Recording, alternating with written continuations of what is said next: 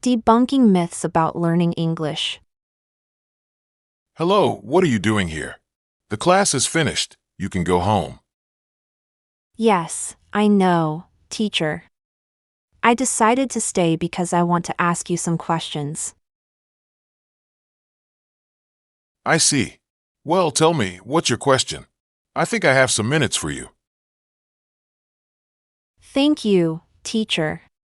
Well, I have to tell you that I probably won't attend classes next month. I'm planning to take out a loan from the bank to go on a trip to an English-speaking country, since it's the only way to learn English. I must be in a country where they speak English, otherwise, I will never be able to speak fluently. That's why I have decided to ask for a loan and go to another country. What? Who told you that? That's not true. Where did you hear that? Well, I saw it in a video. They said you need to live in an English-speaking country to become fluent.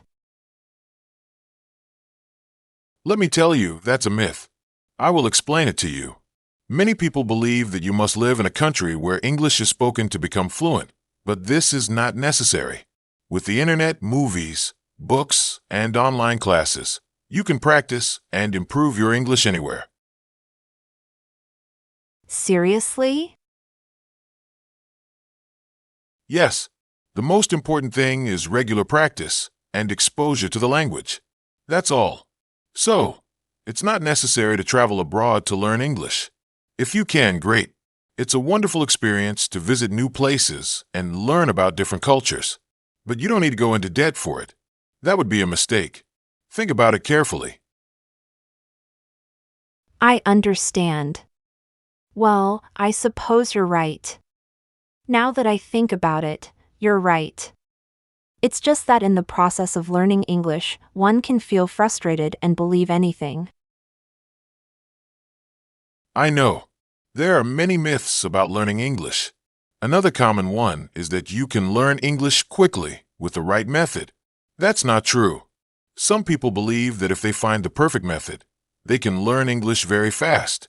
But in reality, learning a language takes time and effort. There are no shortcuts. Really?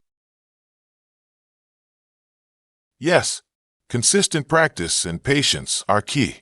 Of course, different methods can help, but there's no single best method that works for everyone. Some methods may work better for you, but none will make you fluent overnight. You have to understand that. Oh yeah. Now I get it. I have also heard that speaking is the only important skill. That's another myth. Some people think that speaking is the most important part of learning English, but they don't realize that reading, writing, and listening are just as important. All these skills work together. For example, reading helps you learn new words, which improves your speaking and writing. Listening helps you understand how words sound in real conversations. All the skills are important. Yes, you've mentioned that before. I remember another myth. People say you must learn perfect grammar before speaking. That's not true. Many learners think they must know perfect grammar before they can start speaking or writing in English. But making mistakes is part of the learning process. You can communicate effectively even if your grammar isn't perfect. The goal is to express your ideas, not to be perfect. I've also heard that you must understand every word to understand English. Another myth. You don't need to know all the words. Often, you can understand the main idea by recognizing key words and using context. Learning to guess meaning from context is a very useful skill. Teacher, one more question. Is watching movies and TV shows enough to learn English? Watching movies and TV shows in English can help, but it's not enough on its own. You also need to practice speaking, writing, and listening actively. Movies and TV shows expose you to natural speech and pronunciation, but they should be part of a balanced study routine. What about making mistakes? Will people not understand me if I make mistakes? Many learners fear making mistakes because they think others won't understand them. But most people will still understand you. Making mistakes is a normal part of learning. Don't be afraid to speak and make errors. That's how you improve. People are often kind and patient with language learners. And is it true that only native speakers can teach English properly? Not at all. While native speakers can be good teachers, many non-native speakers are also excellent teachers. They understand the challenges of learning English and can provide useful tips and explanations. What matters most is the teacher's skill, not their native language. I see. But should I avoid using my native language completely? Some people believe you should never use your native language when learning English, but that's not true. Using your native language can sometimes help you understand difficult concepts. It can also make you feel more comfortable. Just don't rely on it too much. Use English as much as possible, but don't be afraid to use your native language if needed. Wow. There are so many myths about learning English. Yes, and there are many more, but I don't have time to explain them all right now. If you guys want another video about this or any other topic, please let us know in the comments. A daily routine conversation with a neighbor. Good morning, neighbor. How are you? It's a nice day today, isn't it? Good morning, Mark. Yes, it really is sunny and fresh.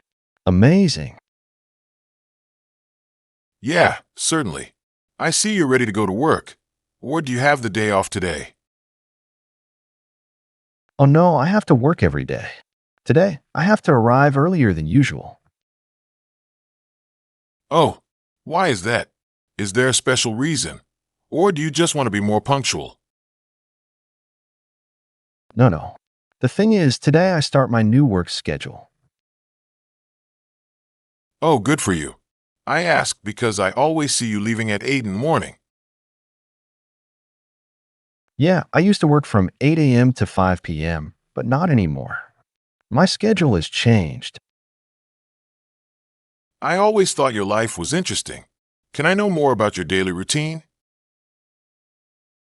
Of course, it's not as interesting as you think, but I do a lot of things during the day. I know. I always see you doing different things. What time do you usually wake up? Well, I wake up at around 5 in the morning, and then I meditate for a while. You know what? I've never tried meditation. It sounds a little difficult for me. Difficult? I don't think so. You should try it. It helps you relax. I'll think about it. How long do you meditate? Just a few minutes every morning. It helps me focus on my tasks. I see. I usually wake up at 6 and think about all the things I need to do that day. Well, we can say that's a form of meditation too. There isn't just one way to do it. Oh, I didn't know that. Thanks for telling me. And what do you do after you meditate? Right after that, I take a shower, usually a cold shower to wake me up and get ready. Cold shower? Oh my God. Luckily, it's not too cold these days. Although it sounds painful, it isn't. You just need to get used to it. Well, I don't usually take a shower in the morning. I prefer doing it at night. Oh, that's good too. I've tried that a couple of times, but it never worked for me.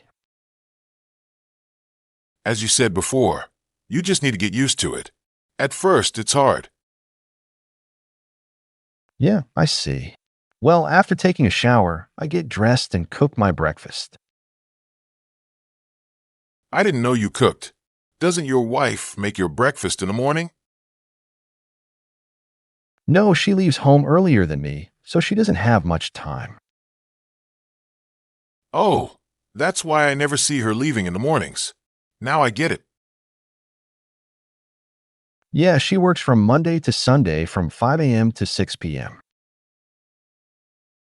Wow, she must be really tired after such long workdays. Exactly. She works harder than me. She's a really strong woman. So, you prepare your own breakfast. What do you usually eat? Since I don't have much time, I usually fry some eggs and eat them with bread. Well, eggs are healthy, so I think that's okay. What do you drink with them? Orange juice or pineapple juice, depending on what I feel like drinking that day. You must know a lot about healthy food, since you're a nutritionist. I don't know everything, but yeah, I know what's good for me. I don't usually eat eggs. They're not on my list. I'm allergic to them. Oh, I didn't know that. If you want, I can make a special diet plan for you. Thank you, doctor. I'll think about it. So, after breakfast, you leave for work?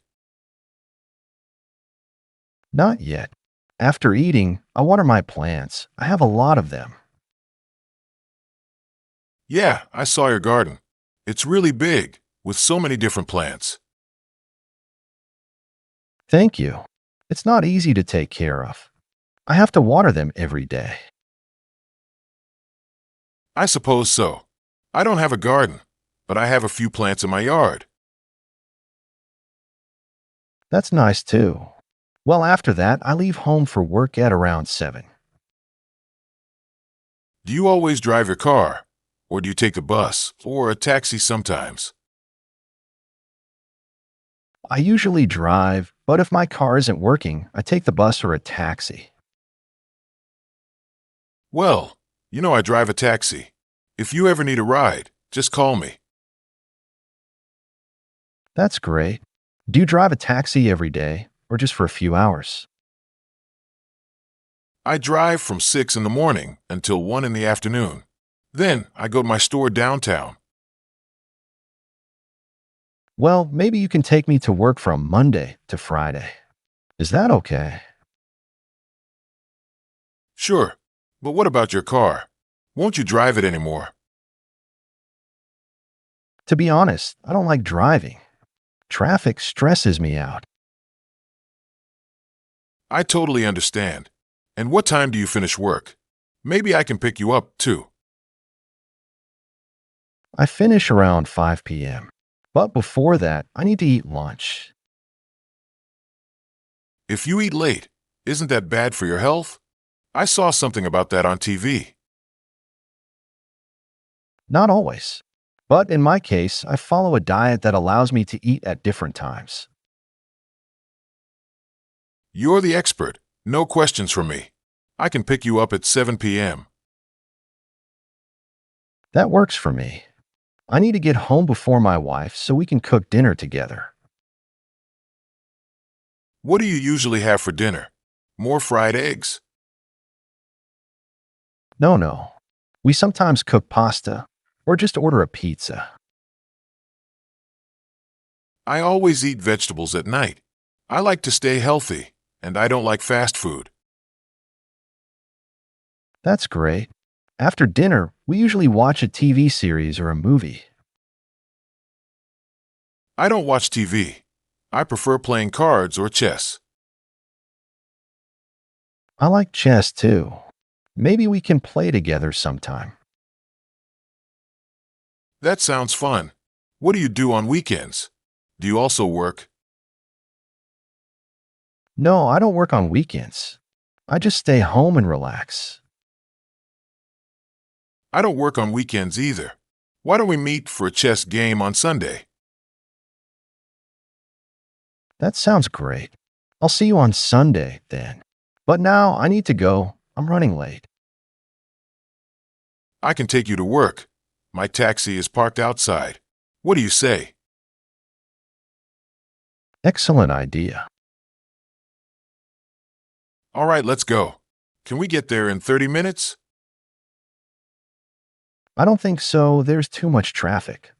But I'll do my best. Thank you very much.